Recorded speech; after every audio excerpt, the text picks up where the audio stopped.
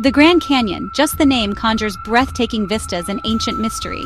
Stretching for over 270 miles, this colossal chasm is one of the world's most iconic natural wonders, a place where time itself seems to stand still. Its sheer size and grandeur have inspired explorers, artists, and dreamers for generations. Layers of red and orange rock stretch for miles, carved by the relentless force of the Colorado River over millions of years. Each stratum tells a story, revealing secrets of Earth's ancient past, with rocks that are older than the dinosaurs themselves. The river, winding like a ribbon far below, continues to shape the canyon even today. It's a place of staggering scale, where millions stand on the rim each year, awed by its beauty and age. Visitors from every corner of the globe come to witness the sunrise paint the cliffs in gold and crimson, to feel the wind that whispers through the canyons, and to marvel at the vastness that stretches beyond the horizon. But beyond geology, could the canyon hide secrets of lost civilizations? The shadows and crevices hint at mysteries yet to be uncovered, places where few have ever set foot. Legends persist of hidden chambers and ancient relics buried deep within the rock. Even today, much of its vast, rugged wilderness remains unexplored. There are remote corners where the silence is absolute, broken only by the cry of an eagle or the rustle of wind through juniper trees. These untouched areas fuel speculation about what might still lie hidden. Native American tribes like the Hopi have called this region home for centuries, weaving legends of ancestors emerging from deep within the earth. Their stories are passed down through generations, filled with reverence for the land and its spiritual power. The canyon is not just a landscape to them, it's a living, breathing entity, a sacred place of origin and mystery. These stories hint at a mystical connection, suggesting the canyon is more than just a natural wonder.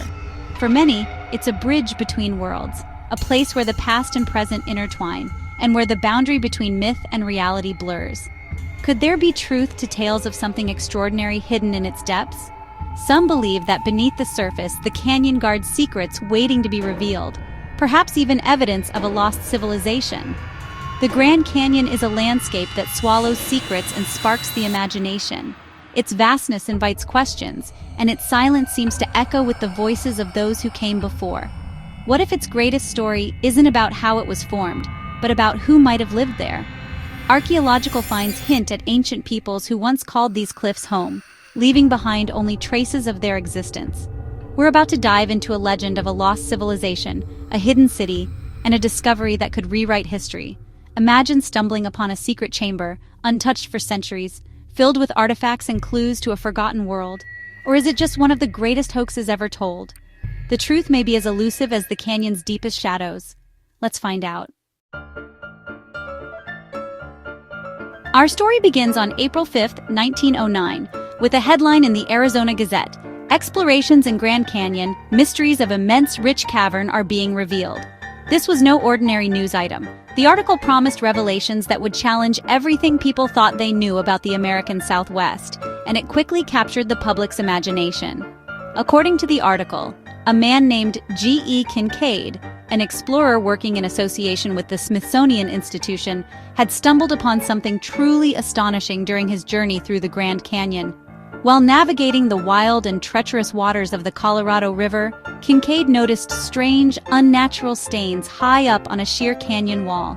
Driven by curiosity and a sense of adventure, he decided to climb up and investigate, risking his safety for the sake of discovery. What he found was beyond anything he could have imagined: a carefully carved entrance, clearly not the work of nature, leading deep into the heart of the canyon.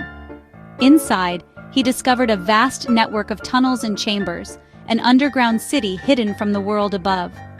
The article described a central chamber so immense it could hold dozens of people, with branching passageways that seemed to stretch endlessly into the darkness. These tunnels, it claimed, were filled with mysterious artifacts and relics.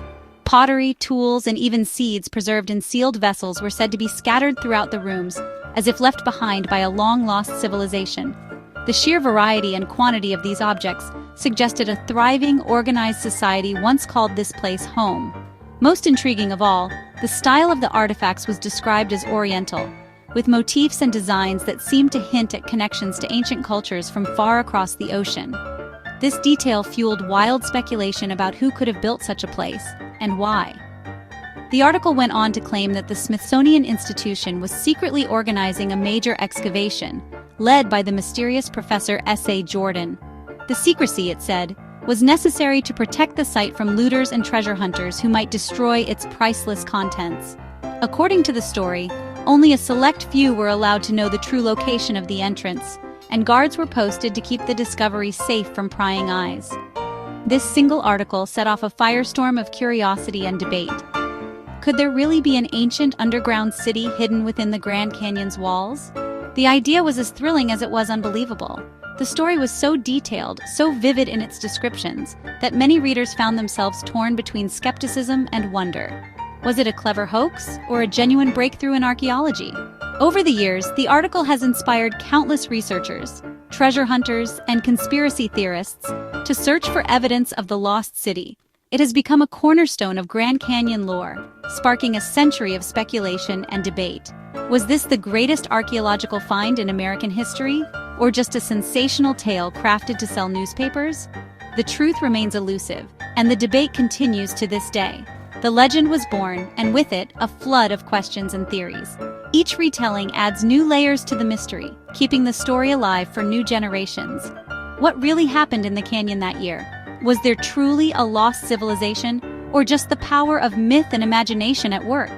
The answers, if they exist, remain hidden deep within the shadows of the Grand Canyon. Let's step inside the alleged underground city with Kincaid and imagine what it must have felt like to be the first outsider to set foot in these shadowy depths. The air is thick with mystery, and every echo hints at secrets long buried beneath the canyon's surface. The article described a marvel of engineering: wide passages stretching into darkness, perfectly cut rooms, and oval doorways carved deep inside the canyon wall. These weren't rough-hewn shelters, but carefully constructed spaces, suggesting a people with advanced skills and a vision for permanence. Artifacts included copper-like tools, pottery of unique design, and granaries filled with ancient seeds, hinting at a society that planned for the future and understood agriculture in this harsh landscape. The most startling find? A cross-shaped room with a lotus-holding idol, its features reminiscent of Eastern religions, an astonishing detail that seemed to defy everything known about the region's history.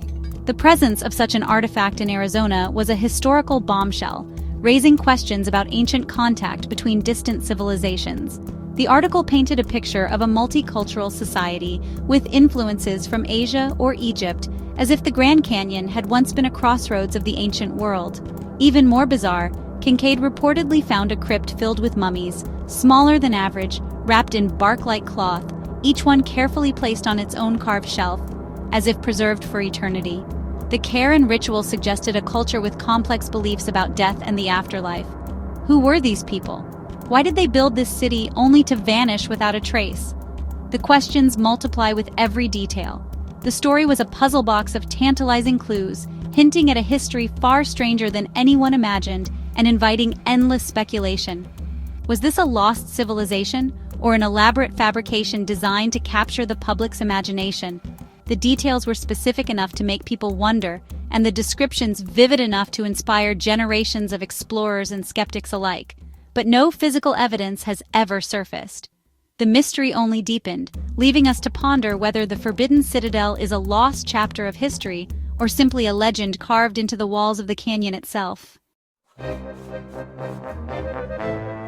The article's most controversial claims were the discovery of stone tablets covered in Egyptian-style hieroglyphs and a crypt of mummies. These weren't Native American petroglyphs, but symbols said to be Egyptian or Oriental. If true, it would mean ancient Old World explorers reached the Americas long before Columbus. The mummies, laid out on shelves and encased in clay, echoed Egyptian burial practices. The combination of engineered city, Eastern idol, hieroglyphs, and mummies created a powerful narrative. Was this evidence of a forgotten colony from across the sea, or just a story crafted to ignite the imagination? The heart of the legend is the theory that ancient Egyptians, or another Old World culture, established a colony in the Grand Canyon. Proponents point to the alleged hieroglyphs, mummies, and lotus idol as evidence. Some suggest the canyon was a secret mining outpost, others a sanctuary for exiles. The idea fits into a broader belief.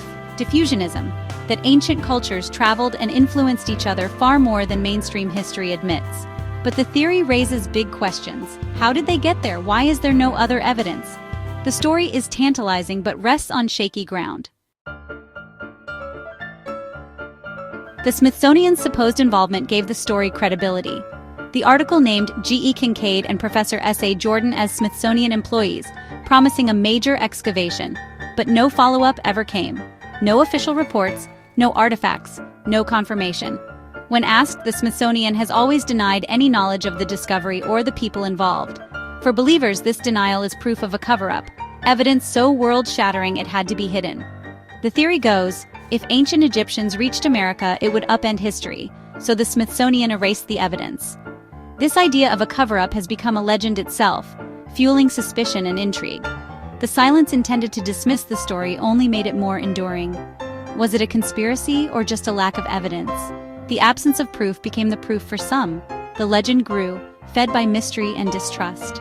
The Smithsonian's silence keeps the fire burning, and the questions remain. Mainstream archaeologists and historians dismiss the lost city story. Decades of research in the Grand Canyon have uncovered thousands of sites, none resembling an Egyptian-style underground city. No artifacts, no cave, no physical evidence has ever been found. The area described in the article has been thoroughly explored. Experts see the story as a classic case of early 20th century sensational journalism, a hoax to sell newspapers. The similarities to Egyptian culture are seen as coincidence or independent invention. For science, the case is closed. The lost city never existed, but the legend refuses to die. Why does the legend persist? Because it's a great story. The Grand Canyon's vastness and mystery make it the perfect setting for hidden secrets. The tale taps into our love of adventure, our fascination with ancient Egypt, and our suspicion of authority. It lets us imagine a world where history is full of surprises. The legend is more fun to believe than to dismiss. It transforms the canyon from a geological wonder into a place of intrigue. Whether true or not, it's become modern American folklore. The story endures because it invites us to wonder, and sometimes that's enough. So where does that leave us? Between legend and science. On one side, a thrilling tale of lost cities and conspiracies. On the other, a lack of evidence and a logical explanation. The mystery endures in the space between what's known and what's imagined. In the end, you are the explorer. Do you follow the map of science or chase the whispers of a lost civilization? Perhaps the real treasure is the journey of discovery itself. The canyon keeps its secrets well. What do you think they are?